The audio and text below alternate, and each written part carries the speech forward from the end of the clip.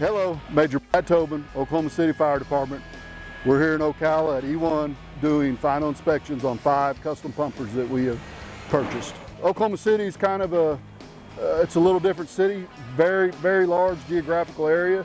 We're 620 square miles. We're 38 fire stations. We have 38 pumpers, 13 ladders, a heavy rescue, a dedicated hazmat. Our population's about 650, 700,000. Our end goal is to always have a low hose bed. Low hose bed, low cross lays, just as low as we can get it. That's a configuration. You can do an L tank and we can get the hose beds lower. That's always a goal of ours. Our ground ladders will be enclosed, a 24-foot and a 14-foot. Oklahoma City carries 1,500 feet of supply line. We'll have a pre-connected 2.5 that comes off the rear and a pre-connected, what we call a courtyard stretch, an apartment stretch that comes off the rear. This is the pump panel layout for Oklahoma City. As I said before, our goal is to have a low hose bed and a low cross lay. Our cross lays will have a 2.5 double stack, and then we'll have an 1 3/4 and another 1 3/4 single stack. And the goal is to be able to pull a cross lay and not have to step up on a step, and it's just another chance for an injury. So the lower we can get those, the better. E1's done a great job.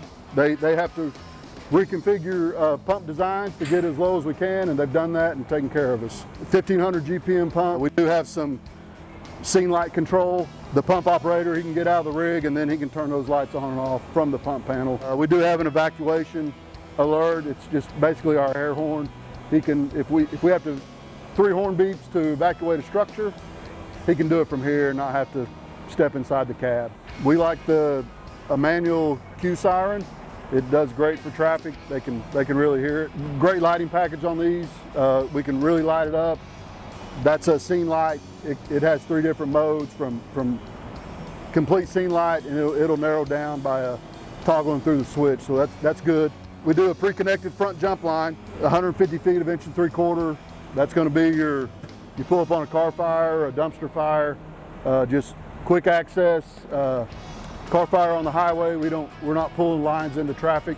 We can just park behind a car and go straight off the front. One thing we have started adding on our rigs are the handles in front.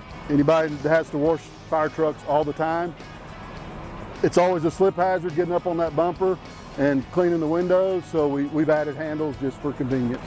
It's a E1 Cyclone cab, 100-inch wide cab, extra room up front.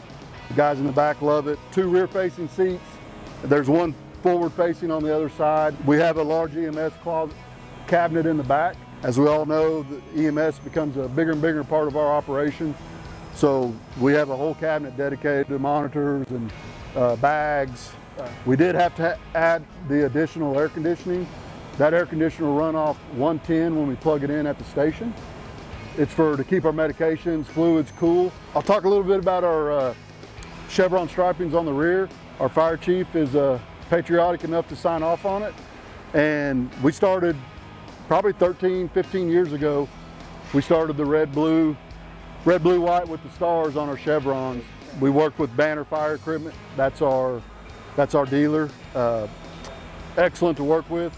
Work through any problems we have, any questions we have.